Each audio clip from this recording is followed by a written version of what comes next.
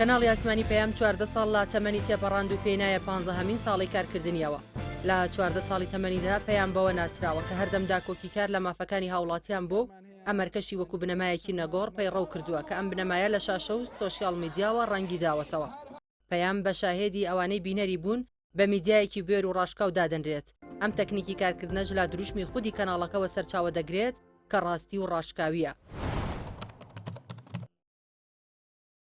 پەیام لە سەرجەم پرسا سیاسی و کۆمەڵایەتی و ئاینیەکاندا قسەی خۆی هەبووە. سەرباری ئەوەی ئەجەندای ئۆپۆزیسیۆن بوونی کۆمەڵی دادگەری بەرجەستە کردووە. تۆڕی میدیایی کۆمەڵ و کەناڵی ئاسمانی پەیام بە دروشمی ڕاستی و ڕاشکاوی بەردەوام کاریان لەسەر نیشاندانی ڕووی ڕاستەقینەی حکومڕانی لا کوردستان کردووە و خەڵک و هاوڵاتیانیان لە مافەکانیان و هەر ستەمێک بەرامبەریان بکرێت هۆشیار کردوێتەوە.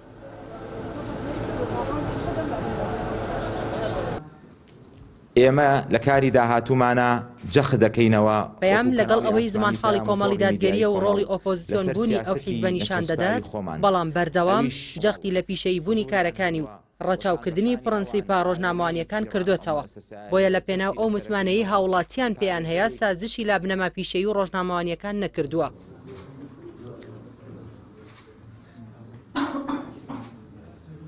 پەیام بەو پێی میدیایەکی ئامانجدار و پەیامدارە هیچ کات لەسەر حسابی متمانە و پیشەیی بوون نەیویستووە بینەر بۆ خۆی زیاد بکات، بەڵکو ئەوەی بە ئامانج گرتووە کە لە هیچ بار و زروفێکدا ڕەوتی هاوسەنگی و بابەتی بوونی خۆی تێک نەدات.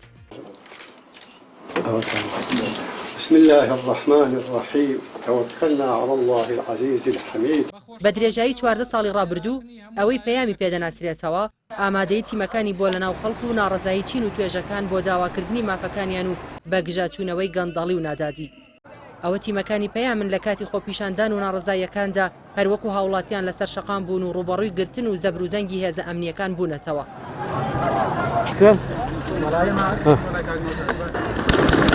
پەیام هاوشانی ئەرکی پیشەیی خۆی و مانەوە لە پاڵ جەماوەر و داواکاریەکانیدا وەک میدیایەکی ئیسلامی ئەرکی بەرگری لە دینی خەڵک و کولتور و ڕەسەنایەتی و شیرازەی خێزان و ئاشتی و کۆمەڵایەتی گەلەکەشمانی بەجێهێناوە.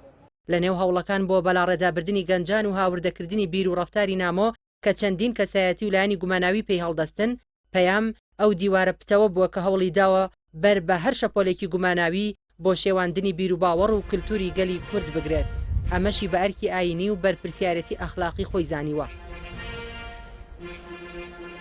لا کۆتاییدا ئەوەی پەیامی لە زۆر میدیای دیکە پێجیا دەکرێتەوە ڕازگۆییە لەگەڵ دروشمەکان و چەسپاویە لەسەر ئەو ئامانجانەی 14 ساڵە لە پێناویدا کار دەکات. ئەو ئامانجانەی بەڵێنی داوە لە سەریان بەردەوام بێت و بەهۆیانەوە لە ئازموتمانەی خەڵکدا بمێنێتەوە.